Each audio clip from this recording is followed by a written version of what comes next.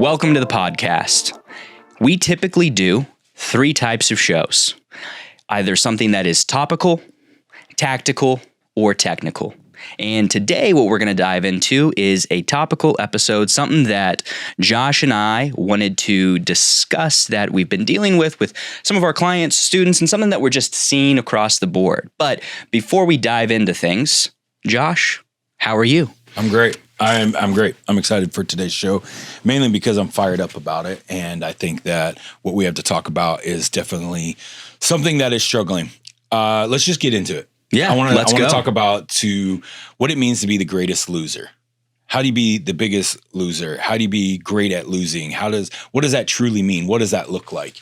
And this has happened because we have noticed something in our business relationship where there is a 12-year gap between us. I think something like that. I mean, basically a decade. Yeah. I mean, age difference. Yeah. Between you were us. literally still learning how to do so many things in life. Oh, I remember one time when we were traveling to London and someone came up to me and we were like checking IDs and everything. They're like, "Oh yeah, is your dad over there?" Yeah. I was like, I'm like, I don't look that young. And no, I just look that old.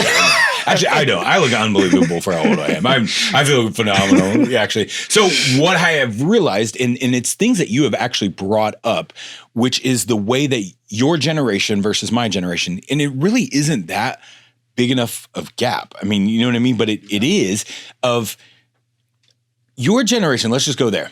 Your generation. Oh, well, I was going to say real quick, I think one of the things that you have to keep in mind as well is because of technology, I think that the changes in between generations is rapid. Like the difference between someone who was born 5 years ago versus someone who was born 10 years ago. There's a big difference just because of technology. Yeah. So that is expediting the process and the journey, the way we consume information, the way we consume a lot of things. 100%. But when we look at your generation versus my generation, our parents' generation, our grandparents' generation, this topic came up because we have been coaching on it nonstop. And let's use a story. So a couple seasons ago, my son was in, flag football, and they lost the championship. And it was one of the proudest moments that I had ever had with my son. Because when they lost that championship, he still received a medal. And you know what he said to me? He's like, "I don't want it. It's not the championship." He's like, "What?" And I was like, I've had breakthrough. This is all that matters, is that he realizes if you're not first, you're last. You know what I mean? He's like, there's only one winner. There's only one winner. And it's your generation has this everybody gets a trophy mentality.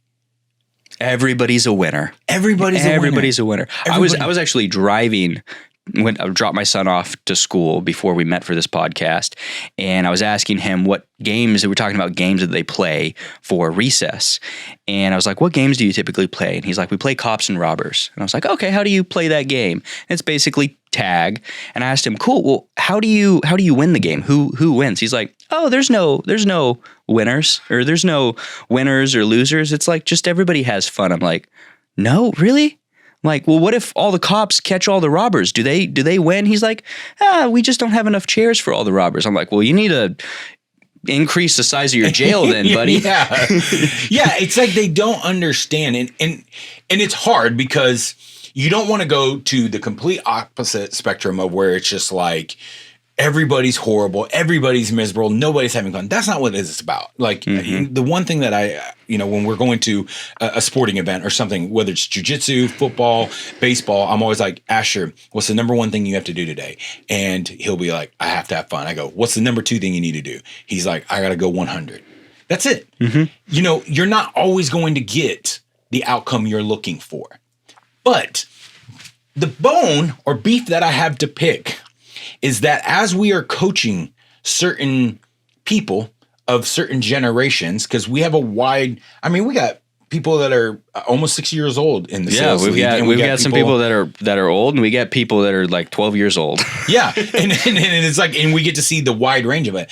But as we're coaching these people, it's like basically anybody from my generation and down, they don't understand the power of losing. Mm-hmm. They don't understand the power of what it is actually giving them. When I first got into trying to do whatever hodgepodge version of day trading that I do, which is not like real people. So if you're a day trader and you watch this, don't try to come at me. I couldn't tell you anything. I just read the books that I was told to read by the guy who was coaching me. But one of my favorite books that I read to get into day trading was The Biggest Losers Win. And it wasn't about a tactic or a technique of how to click, how to size it up, or how to look at the market. It was a tactic of the mind. How do I make sure that losing is not a negative? It's not even, there isn't winning or losing. It's either red or green, right? It's either it was green today or it was red, kind of a thing. And the power of that is that you embrace when things don't go your way. How are you going to be able to handle that, to adjust to that, to move on from that? I don't know if we should go into much of that story. What would you say? Would you go into that story? Oh, I would definitely go into that. And I mean, just to add on to it, I mean, we even say one of the mentors that trained us when we were getting into sales, one of the greatest things I think that he's coined is basically the maturity of a salesperson is how long can they do the right things without seeing the results, which means when you have a good week. That was Taylor, right? That was Taylor. Yeah, that was a great shout out to him, statement. man. Yeah, that was a great He's statement. a legend. Yeah. But how long can you do something? Whether you're winning, whether you're at the top of your game, you've had an amazing week, or you've had a terrible week.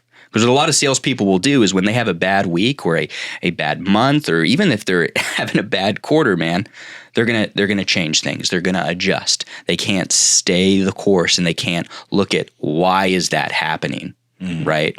So yeah, what I'd like to do is let's dive into. We have like a couple stories specifically around this with some people that we were working with that were going through this. Yeah. And so what I'd like you to highlight is. One of our students was talking about how he basically just has no competition. And he's like, I don't know, should we say kind of lazy? Yeah, I don't know. I mean, you open up a can of worms when you go that route. But I am with you on what you were saying. When you say, hey, I want to be great. I want to be the best. I want to be at the top. I don't, whatever your thing is. The question that I always come back to is, great, well, who are you competing against? Mm-hmm. Well, I don't compete against anybody. I just compete against myself. So then what is your barometer? What is your bar that says that I am the best? Because what if you close at 20% close rate and you didn't make any outbound calls, but you closed who you said you were going to be? Are you the best? Well, yeah, because I compete against myself. It's like, no, you're just the best version of a crappy version of yourself this week. It's like there has to be some bar, some standard that says this is who I want to be. Now, I know we have to do this. Disclaimers. I'm not saying if you're a newbie or if you're coming in and you're just learning an offer, obviously don't put yourself up against this yet. Or you can put yourself up against this yet, but you better have the maturity to handle that you're not going to hit that yet. Right. That's like a brand new, rookie coming into the NBA and being like, I'm going to be better than Michael Jordan. I don't know. There was probably a guy named Kobe Bryant that did that. Did he achieve that? No, I think he shot a bunch of air balls his first game, right? But now, over time, once we leverage time, this amazing asset, you can see the breadth of his career and what he was able to accomplish. Same thing for LeBron and so on and so on. But it doesn't happen immediately. But in the sales world, I don't know why, but in the sales world, we have this misconception that all of a sudden, I learned this thing here and I learned this thing here now, and I'm going to be the greatest salesperson in the world. I'm going to close every deal that comes in. It's like, who the hell told you that? Yeah. Who said that was going to happen? I mean, are you seeing that as well? Oh, yeah. Yeah. I think a lot of people, if you can beat the version of yourself that you were yesterday or a year ago, like kudos to you. I think that there is power in being able to compete with previous versions of yourself. But if you really want to take things to the next level, you need to look at someone who is miles ahead of where you're at, or even a couple steps ahead of where you're at, and truly compete with them. And honestly look at yourself and be like, man, if I was to go toe to toe with that person, would I win? Or maybe there's someone on your team as well. Why do you think your generation doesn't like competition. Because I hear this a lot from people that are basically 32, 33 and under. They're like, yeah, I'm not competing against that person. Yeah, I'm not against that. Like, I'm competing against myself. Yeah, that's a great question. I think, and I could be totally wrong, but I think a big reason behind it is immediate gratification. We live in a world, in a society where you can get anything that you want. It's right at your fingertips. Right? You want something from Amazon, you can have it delivered in 2 days. And to win takes time. It takes dedication. It takes you having to fall on your face, not getting the gratification of winning immediately.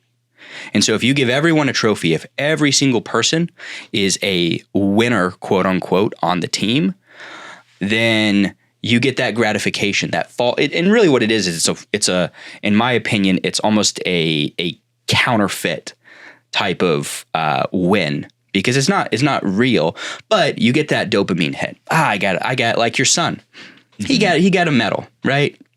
So he got something. There's a little dopamine hit there. I can take something shiny home to my parents. I can be proud of myself. I can get the immediate gratification of that, right? Mm-hmm. Versus him having to go back, train harder next year, really dial things in with his team. I mean, for him to win the championship in what was it, football? Yeah. Right? That's a whole nother year he has to wait to get the gratification of actually winning. So that's what I think it is the we want it now. I want the gratification now. I don't want to pay for it. I don't want to have to go through the hardship. I want the trophy now. How can I get the trophy as quickly as possible? Even if it's a counterfeit version of it. Oh my God. That's so good, dude. Even if it is a counterfeit version of it, I'll take it, because it feels better to have a counterfeit version of it than do what it takes to earn what's really needed of me. Yeah. And I'm not going to act and sit up here like we're on our high horse, like we don't like it. Dude, even right now, the whole week, I felt like we were getting punched in the face with stuff. Yeah. I mean, just feeling like, how are we losing? Do we even know what we're doing? Like, what the hell is the matter with us? You know what I mean? It feels that way. And even this week, as I was taking an L on something, I had to like literally look in the mirror and be like, do not go down this rabbit hole. You can learn from this. This is going to make you better. You need to suck it up. Now, I'm not saying I'm burying my feelings. What I'm saying is there can be no place for negativity. Mm-hmm. I'm not saying dark energy, because I leverage dark energy all the time. Constantly leverage it. But I'm saying the negativity of, oh, woe is me. You're not going to do it. Oh, just go find something else that makes your life easier, makes you feel good about it. No, scratch that. I had to look at this and say, no, take extreme responsibility. What could you have done to not taking that L? How could you have improved? What could you have done differently that maybe wouldn't have taken that L? Even if you did everything right and you still took the L, what can you learn from it? How can you grow? Where can you improve upon where you're at? Shorten that feedback loop so that you can turn around and get back up. And that next day, it's so funny. So I don't even know what today is, but yesterday I had done a training, right? So we did a live training in person. And the L happened the day before. And when I woke up that morning, even though I focused on the things that I needed to focus on, I still woke up with like just that taste in my mouth. I was like, God, I hate this. Like, it's just wretched. And I had to go and still be ready to give, to serve those people that we were going to go and train. Yeah. Because, they needed the best of us. And I could have allowed that L to be horrible for me. Or as I was driving in to that location, I was actually saying, you know what? I'm going to take all of the energy of feeling like I just got knocked down, like, anything that could have been negative. And I'm actually going to focus on what matters the most. And what matters the most is I am called for this moment. I am equipped. I am empowered. I have seen success. You have seen success. We have seen the people that we pour into have success. So let's focus on that. Let's focus on the things that matter, that we can control, so that we can go in that moment and deliver. And that was, it was one of our best. Oh, it was phenomenal. Trainings. It was great. We actually saw people literally almost like having scales fall from their eyes of like, whoa, wait, this is what sales can be like. And I love there was girl who came up to you afterwards and was like, man, I can't wait, like, when I can do trainings like this someday. And I tell you, like, when I give a training or a talk, I'm going to reference this moment. Yeah. And you forget, I know this is a little off topic, but you forget the little tiny moments that you have with people where for you, it's just you're doing what you do. Yeah. It's just what you do every day. But for that person and that individual, it was something that was impactful that is going to stick with her for the rest of her life. Right. But for you, you were just doing what you do. But it's important to know that I could have fallen prey just like everyone else and not delivered at that training and not had the impact on, even if it was just her life that we had an impact on and we were able to pour into her, something as simple as trying to teach somebody how to just make more money in sales. Yeah. But it had some type of impact on her that she came up and said what she said to us, right? But if I would have allowed losing, in essence, we lost to somebody. We lost to a competitor. We lost to, there was a couple things we lost on, but we lost. If I would have allowed that, been like, oh, man, just, whatever. I would have not shown up in a way, in a manner that was 100 for them. And I would have done them a disservice. And honestly, how dare me if I would have allowed that to happen? And I think the one thing that if I wish I could sometimes I just want to take these salespeople and I just want to shake them and be like, do you not understand that for the most part, at least in the businesses that we serve, anytime you sell something, you are solving a problem. Let's say you're putting a roof on. You ever had a roof leaking on you in the middle of the night at 2 a.m.? Ever had your holes in your roof? Had something go wrong in your house? Let's just say you're putting in new tile. Do you know what it feels like to have nice flooring in your home? How that makes you feel? Let's say you're cleaning homes. When we have somebody that helps us cleaning our home, and when they come in and clean our house that day, that next couple of days, you're just like, oh my God, it feels so good in here. And it does so much to us as a family. And it's like everything that we do in sales has some type of impact that makes our life better, their life better, something. And it's like, how dare you not show up? How dare you only give 50% of who you are when it could be so impactful for somebody else? And I think and I'll say this out even here, if you're a sales professional right now, it don't matter your age, it don't matter what generation you come from, and you think that you are just competing against yourself, go ahead, keep thinking that. Then you will only really be as good as whatever you think your best is. But the reality is your best version of yourself is always, in my opinion, less than what you're actually capable of. Because I don't believe that humans were meant to be alone. And if we're not meant to be alone and we need each other, then there is power. Why does the great ancient text say iron sharpens iron? Because there's something I can get. 2 weeks ago, I think it was, I don't know how long ago, it doesn't matter. There was something that I did and you said, hey, I don't think we should have done that. I think we should have done this and then this. And I'm like, I completely disagree. I think we should have done this. And you're like, no, and here's why. And because you were sharpening me, I was able to see your perspective on something. I was like, okay, yeah, you know what? It could be like that, even though this, and it's not even a matter of right or wrong. It was just a matter of you calling us up to say, who do we want to be? Yeah. And you called us up and you made that happen. So if you think that you can just compete against yourself, I think you're wrong. Yeah. I think that for me personally, learning how to lose well has been, honestly, I think it's been one of my secrets to being successful, not just in business and in sales, but also in things like marriage as well. Like the first couple years that we were married, oh man, I sucked at being a husband. I was really, really bad at it. But I learned how to say, I'm doing these things bad. I'm losing in these areas. How do I get better? Mm-hmm. Right?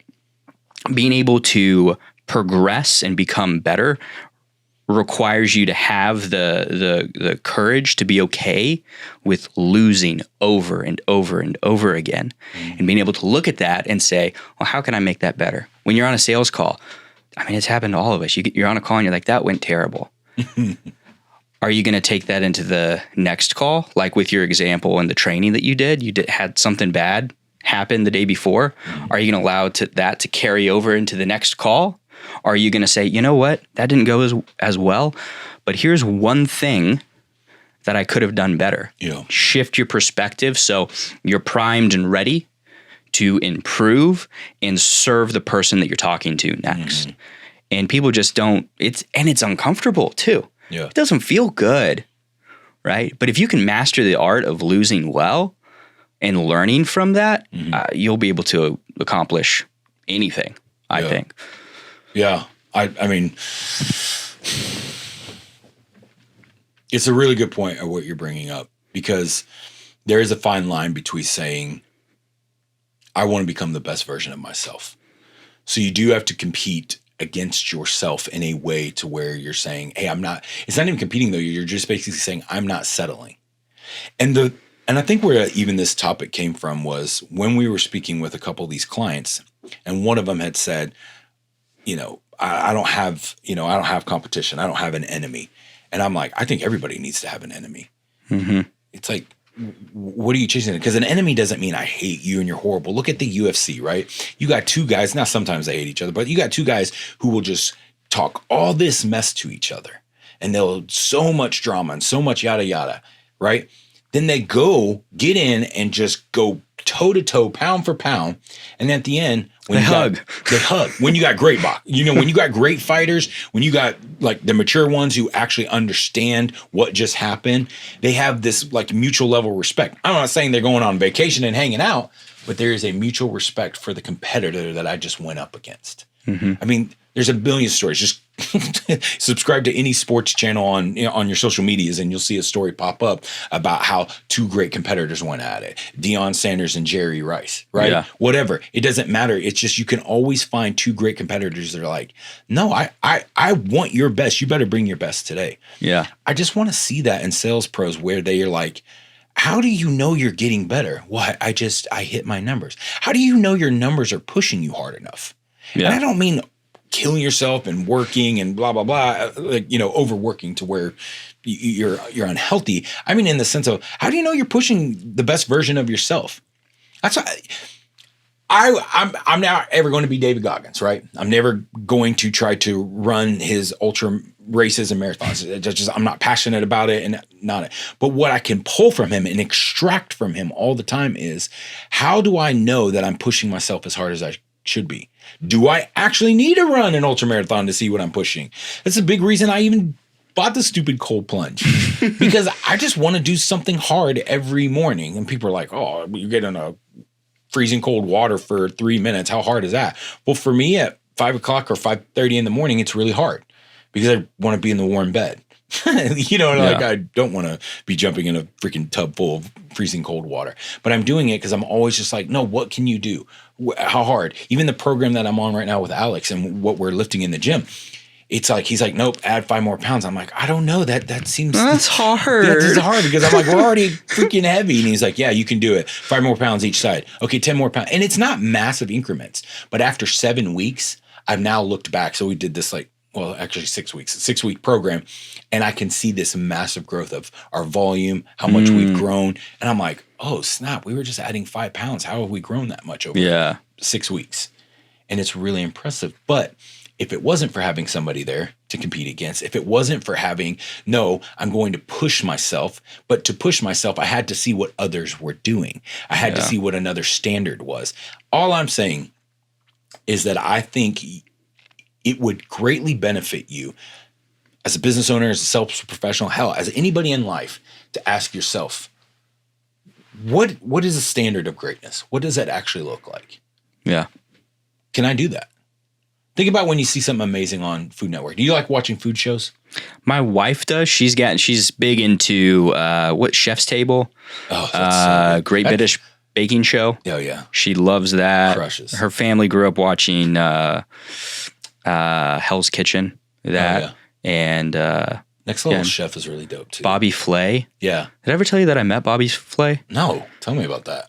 Yeah. No, one time. So my parents growing up had a bed and breakfast. That was their business. Yeah. And one of the people that stayed with us was an actress. and she still friends with her. She's one of my. I don't know if you've ever seen the show, the other two. No. Yeah. I don't know what channel it's on. But anyways, she's like the lead character in that show. And she started dating Bobby Flay. And so when random. Just Isn't super Bobby Flay random. like even older than I am? I don't know how old he is. I mean, he was older than her for sure. By probably a decade. Okay. So anyways, my wife and I, when we first got married, we took a road trip across the country. Mm-hmm. Basically, we were gone for like a month and just drove across the country. One of the places we stopped in was New York. And she was seeing him at the time. And so we stayed with her in her apartment and everything and got to meet and hang out with him. Did he cook for you? No, he didn't cook for us. But one time, so this is hilarious. What a schmuck that he didn't cook for you. By the way, you owe us a dinner. You know what? You owe us something from the grill. But we the first time that we met him at a bar, and we like shook his hand and met him and everything. And my wife grew up watching all these cookie shows. She was freaking out. And so we're sitting in a bar. It's low lit and everything. She pulls out her phone to snap a picture, and the flash is on. She takes a picture of him, and he just turns over to where she's at across the table and just shoots daggers from his eyes, man. To this day, she's like, I wanted to crawl in a hole and like not talk to anyone ever again. Oh my gosh. Wait, how'd she get out of that? Was she just like, oh, hey? She was like, oh, my camera flash was on. Sorry. Or she just. And he's probably like, yeah, right. Trying to like, whatever. So he was really nice. Still cool with that girl though? Yeah. Oh, okay. No, she's great. Yeah. How long she last with Bobby? Dude, I don't know. Maybe in a year. She's married now. She just had her first kid. There was competition in the game. Without competition, she wouldn't have been able to get married, wouldn't have been able to have kids. Competition is everywhere. It's powerful. It is everywhere. It is everywhere. Sales is everywhere. Competition is everywhere. You need to embrace it. There is a healthy way to leverage competition. There's a healthy way to be like, you know what? I see what they're doing, and I think I can do it better. Mm-hmm. Great. Here's the thing. You can talk about that crap all day long, but if you are actually going to say that I think I can do it better, you have to man up, woman up, whatever, and go and do it. And that is why I think competition is so powerful, because if I say I am what I think that we are the best sales trainers in the game right now. I see all these people right now saying, oh, I'm the best sales trainer. I'm the best sales trainer. I'm the best sales trainer. Well, who the hell is right? Who's actually right? Are we right? Are they right? Who's right? The only way to prove that, in my opinion, is to show up and do it and see how many results we can get for people. Because the results speak. So I could say that I'm the best sales trainer, but if I don't have enough results that prove that and back that up, then I got to keep going and I got to keep competing. So I just think it's powerful because it's forcing me to do, to act, not just to say, to think. You're right. It's the whole like, well, do you want a want life or do you want to have life? Right. Do you want a want life or are you going to have a will life? Right. No, I will do this. I have this. Oh, I want this. We got all these people doing this all day long. And it's like, nah, show up. You say you want to be the best. Prove it. Well, I am. How? Show me. What are your numbers? What are your metrics? What's happening? Give me the proof. Show me how you're the best. If you are, then it's undeniable. Jordan is the greatest. I don't care what anybody says. It's undeniable. He can prove it. Well, let's use one that's even more, that has even less debate. Tom Brady is the greatest quarterback. Whether you love him, like him, hate him or not, it doesn't matter. What other quarterback has 7 Super Bowls? Yeah. You're not. Yeah. So you got to be the best. And not just like being the best and having people to compete with, but realizing the value in truly getting like punched in the teeth, knowing how to lose day after day after day and getting up. You bring up football, and I don't watch football. I probably watched maybe 4 games in my entire life. Right. But as of recently, one of the things that has caught my attention is the Lions right now. Mm-hmm. And don't quote me on any sports stuff. Yeah. But that has caught my attention because I see posts all over Instagram like, what's the big deal with this? And then I realized that this team has basically been losing for 35 plus years. Mm-hmm. A long time. They've never I don't think they've ever made it to the Super Bowl. Nope. Ever. Nope. They have lost over and over and over and over and over again. Now, I don't know what's going to happen in the upcoming games or anything, but man, let's just say they actually make it. Let's say they actually win. How much sweeter is that? You got people like me that don't even follow football that is interested, not because they won or would have won, but because of how many times they lost. And it makes that championship, that Super Bowl, so much more impactful. Yeah. Because they got, to me, I'm interested now. And I don't even watch football. Right. Yeah. Because progress requires courage to be able to lose over and over and over again. Mm-hmm. So the more you want to progress, then accept the more you're probably going to have to lose. And that you will probably look at a baseball player, right? They get paid millions of dollars to bat, best case scenario 300, which means 3 out of 10. you know how many times like striking out sucks. At least as a kid it did. I can only imagine it doesn't get any better in front of millions and millions of people. As a kid in front of like 5 people, I was like, I can't believe it. You know what I mean? But it's like, but it takes courage to be able to stare adversity and losing in the face over and over again. So, any parting words for the people, for your generation? Why don't you give some parting words? Embrace losing. It's okay to suck. It is.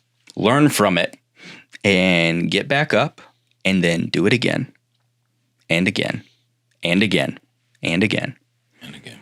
And then whenever you win, whenever you beat that person, it's going to feel so good.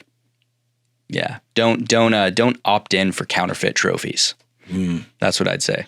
It's great. Thank you all, as always, for listening to this podcast. Obviously, you can like, love, share it, do all those things. And we're super grateful every time that you do that. Until next time, y'all stay sharp.